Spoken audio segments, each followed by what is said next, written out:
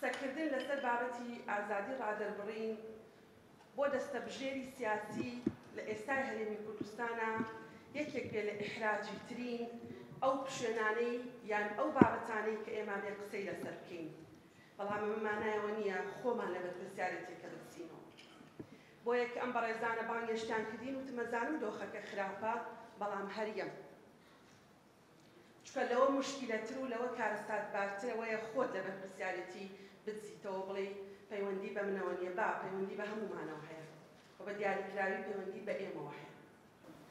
بۆ ئەوەی ممارەسەی ئازادیەکان بکرێەوە بە دیاریکراوی ئازادی ڕادەربڕین بکرێت کە بابەتی ئەم کۆنفرانسەیە، ئێمە پێویستمان بە کەرەستەکانێتی. کەرەستەکانی چین و کێ ممارەسەیان دەکات؟ ئێمە قانونمان هەیە. ئەزانن بەڕێزان، نە مشکلەی کەفالەتی دەستوریمان هەیە، نە مشکلەی قانون و فەراغی قانونیمان هەیە.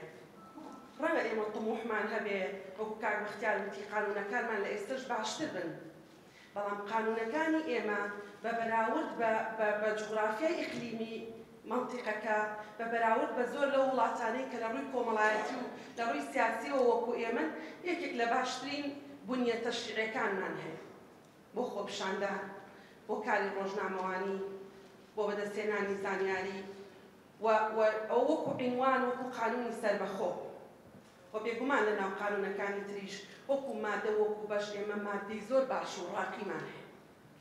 بەڵام کێشەمان لەگەڵ پیادەکردن و جێبەجێکردنە. کێشەمان لەگەڵ هیوادارم لە سەڵاتی دادوەری ئەمە بە تەدەخل تێنەگات، چکە ڕێگە بە خۆم نادەم من تەدەخل لە ئیش و کاری ئەوان بکەم. کێشەمان لەگەڵ دەسەڵاتی دادوەری هەیە لە جێبەجێکردنی ئەم قانونانە کە نابێ هەمان بێ لە ڕاستیان. نابێ هیچێکێک لەو ڕۆژنامەوانانە ڕۆژێ لە ڕۆژان گومانیان هەبێ لەوەی کە دەسەڵاتی دادوەری حەکەمە بێلایەنەکەیە وەختێ من شکات لە ڕۆژنامەوانێکەکەم یان هەر بەڕێزێکی تر لە سوڵتەی سیاسی و لە دامەزراوە سیاسیەکان و لە دامەزراوە دەستوریەکان شکات لە کەسێکەکە. ئەبێ ئەوان مطمئین بن، دڵنیا بن کە ئەوان بە ئینساف حکم لەسەر کەیسەکەیان ئەدرێ. کاتەمە ئەگەر ئێمە دڵنیا نەبووین، کاتێک کێشەمان هەیە. کێشەمان هەیە. لەگەڵ دەسەڵاتی جێبەجێکردنیش هەر کێشەمان هەیە. ئەم بابەتە پارچە پارچە نییە. لە شوێنەی و ئارامیە بە چاکی جێبەجێکەیت و لە ئاڵۆزیە بیری خۆتی ببیتەوە. ئەمە هەیە لە شوێنەی شا لە جێبەجێکەی، لە ئاڵۆزیشا، لە تێکچڕژان و لە تێکبژانی شاوێ بە هەمان شێوە جێبەجێ بکەین. کەواتە لەسەر ئاستی دامەزراوەی ئێمە لە هەرێمی کوردستان کێشەمان هەیە. و یاستەکانیش کە ئێستا هەن لە ڕاستیە هەندێکیان پێویستیان بە باشترکردنە و بۆ هەندێک بواریش کە لە خیری قسەکانمان باسیەکەم پێویستمان بە قانونی تازەیە. بەڵام بەڕاستی دڵنیانیم لەوەی کە ئەگەر ئێمە دەستمان بۆ یەکێک لەو یاسایانە ببردایە باشترمانە کرد. دڵنیانیم. بۆیە دەستمان بۆ نەبرد. نەک لەبەرەوەی جورئەتمان نەبوو، لەبەرەوەی حەزەرمان کرد. حەزەریش خۆی بەشێکە لە سیاست کرد. لەسەر ئاستی کۆمەڵگەی ڕەنگە لە ڕاستیە ڕەنگە لەسەر ئاستی سوڵتەی سیاسی فشار، گۆڕینی نەخشەی سیاسی، گۆڕینی دۆخەکە، فشاری نێودەوڵەتی بتوانێ هەندێک ئەگەر پێشێرکاریمان هەیە چاکی کات. بەڵام بەڕێزان لەسەر ئاستی کۆمەڵگەی ئێمە لە قەیران هەیە. هیچ کەسێک لە ئێمە پارێزراو نییە، نەک ئێمە وەکو سیاسی، وەکو تاک تەخوین دەکرین، تەکفیر دەکرین، دەبغزێنرین، وامان لێکرێ خەڵک ڕقی لێمان بێ، ئەکەوینە بەر مەترسی، وەکو تاک، وەکو خێزان. ڕەنگە بۆ خەڵکانێک بێمە بە حەیاتی بەشداری سیاسەتیان نەکردێ. قسە لەسەرەوە کرێت سیاسیەکان خۆشەویست نین، ئاساییە، بەڵام بەڕاستی ئەوەی لەسەر ئاستی کۆمەڵگەیی هەیە بە ناوی ئازادی ڕادەربڕین سەربڕینی ئازادی ڕادەربڕینە. ئەوەی یەکەم قابیلە بۆ چارەسەر. وەکو وتم نەخشەکە دەگۆڕێ، وەکو وتم دەسەڵاتی سیاسی بیرەکاتەوە، وەکو وتم ڕوئیای دەگۆڕێ، وەکو وتم فەلسەفەی حکومە گۆڕێ، هەمووی قابیلە.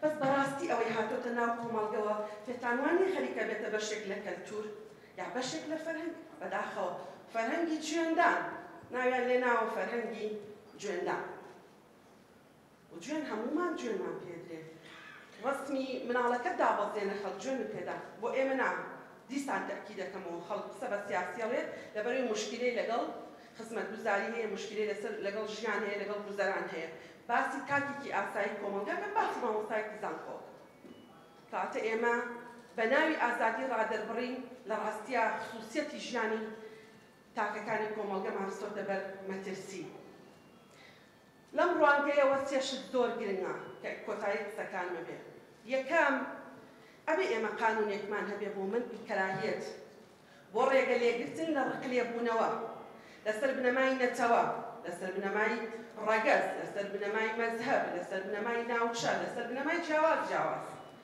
ئێمە ئێستا دابەش بووین لەسەر فئاتی جیاواز لەسەر گروپی جیاواز لەسەر ناوچەی جیاواز تا ئاستی ڕقلێبوونەوە تا ئاستێک لە سلەیمانی شتێک ڕووەدا خەڵک لە هەولێر خەڵکنا بەعامنا خەڵکانێک ئەگەر یەک کەسیش بێ پێی خۆشە پێچەوانەکەشی ڕەنگە ڕاست بێت ئێمە کەواتە کۆمەڵگەیەکمان هەیە لە قەیرانین دەرفەتمان داوە بۆ ئەوەی ڕقمان لە یەکتر بێتەوە و ئیشی دەسەڵاتی یاسادانانە بیر لەوە بکاتەوە قانونێک دابنێ بۆ ڕێگەگرتن لە ڕقلێبوونەوە بابەتێکی تر کە زۆر گرنگە راپۆرتی ئاژانسە متەخەسسەکانی نەتەوە یەکگرتووەکان راپۆرتی یەکێتی ئەوروپا راپۆرتی دۆستەکانمان لە قونسوڵ و نوێنەرانی وڵاتان کە لێرن راپۆرتی ڕێکخراوە ناحکومیەکانی هەرێمی کوردستان ئەو هەموو راپۆرتە ڕۆژنامەوانی لەسەر دۆخی مافەکانی مرۆڤ و ئازادی ڕادەربڕین هەیە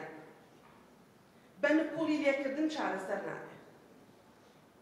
نابێ نکوڵی لێ بکەین ئەبێ بڵێین بەڵێ ئێمە کێشەمان هەیە بەڵێ ئەو راپۆرتانە ئەگەر لە 100% بەڕهای ڕاست نەبن بەڵام بەشێک لە ڕاستیان تایە بەشێکی زۆریش لە ڕاستیان تایە کاتێ بە پێویستمان بە چارەسەرە لەو لەحزەیەوە دەسەڵاتی سیاسی بەخۆشمەوە ئەتوانێت دۆخەکە باشکە لانی کەم ئیعتراف بەوە بکە کە ئەم راپۆرتانە ڕاستیان تێدایە ڕەتکردنەوەی بەردەوام دۆخەکە بۆ ئێمە لە ڕاستیە چارەسەر ناکە